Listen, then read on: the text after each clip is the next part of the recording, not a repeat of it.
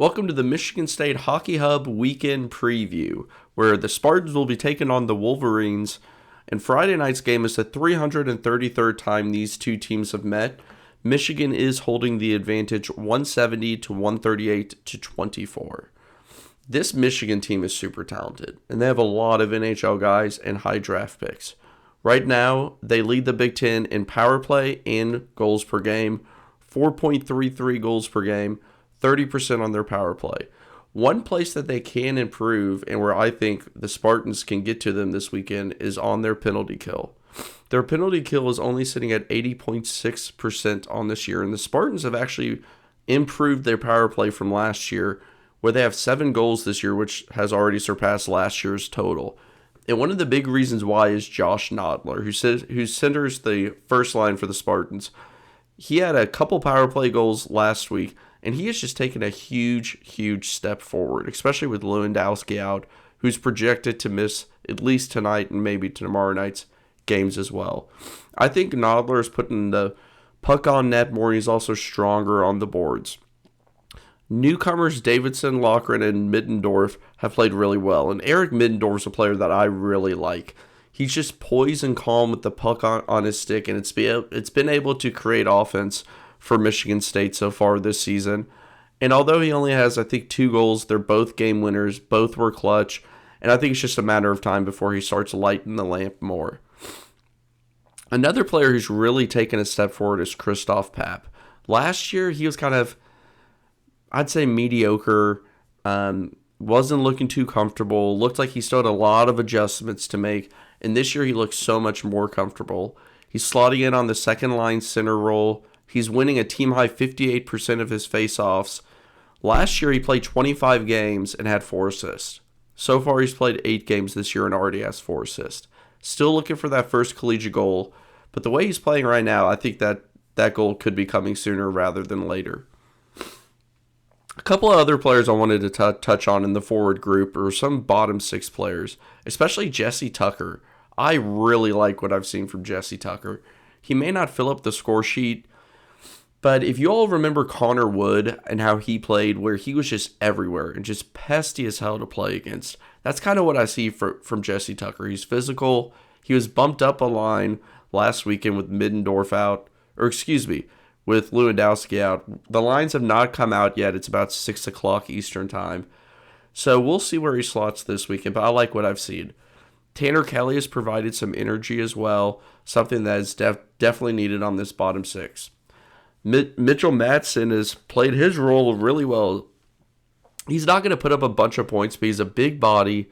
He's winning on the dot, and he can play that extra skater or fourth line center role for the Spartans team. A couple players that I think we need to see more out of so far: Hodges, Haskins, and Mueller as well. Mueller's that third line center, and he's just not produced many points since he's come to Michigan State. I don't expect him to lead the team in points or anything, but I think that there is a little bit more offense in him, and at times he just disappears. Maybe if he could just be a little bit more aggressive, we could see something. I thought he did flash, I think, on a shift or two when I rewatched last week's game on the penalty kill. So that's at least a step in the right direction. Jager Joshua, man, he's a big body, and he is important to this team. He lays hits, he wins board battles, but he also takes stupid penalties far too often. He's going to have to stay out of the box this weekend because Michigan State cannot be playing from behind or playing with a man down. I think Joshua also needs to be a little bit quicker in his decision-making and a little bit faster to pass the puck. Sometimes he holds on too long, and it leads, to turnovers or worse. Defensively, Connor Powell. This is a kid that really stood out to me this year. I didn't really think much about him last year.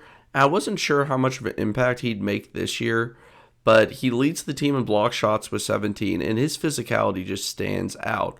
I really like what I've seen him from the beginning of this season, and he's going to have to be big tonight against a Michigan team that has so much offensive skill.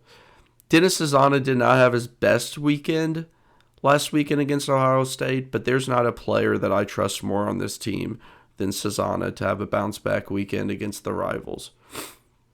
Okay, the Krieger trends. We all know that they also, like Joshua, tend to take stupid penalties. They both had bad penalties last weekend. And I think both, I know Christian had a really bad turnover that led to a high danger chance.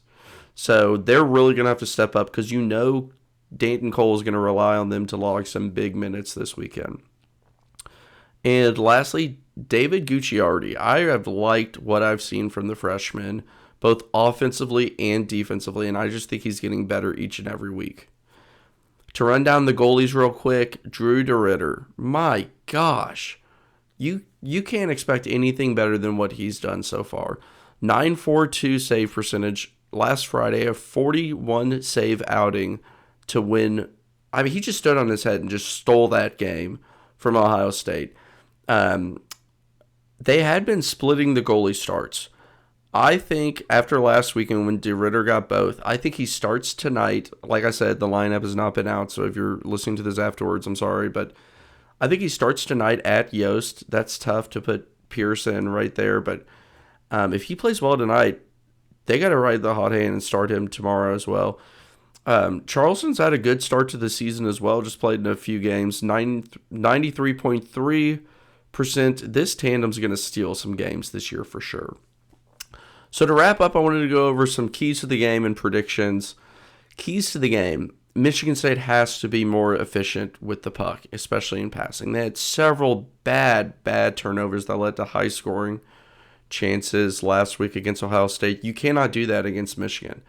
This team is vastly talented, and they will capitalize on that. And this isn't going to be a game where Michigan State's able to win 2-1. I just don't see that happening.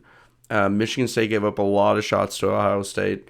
I think they're going to have to play better defensively, limit turnovers, and also capitalize on the few chances that Michigan will give them. On the power play, they have to strike. You have to find the puck. Excuse me. You have to get Nodler the puck, and you're going to have to keep it in the offensive zone.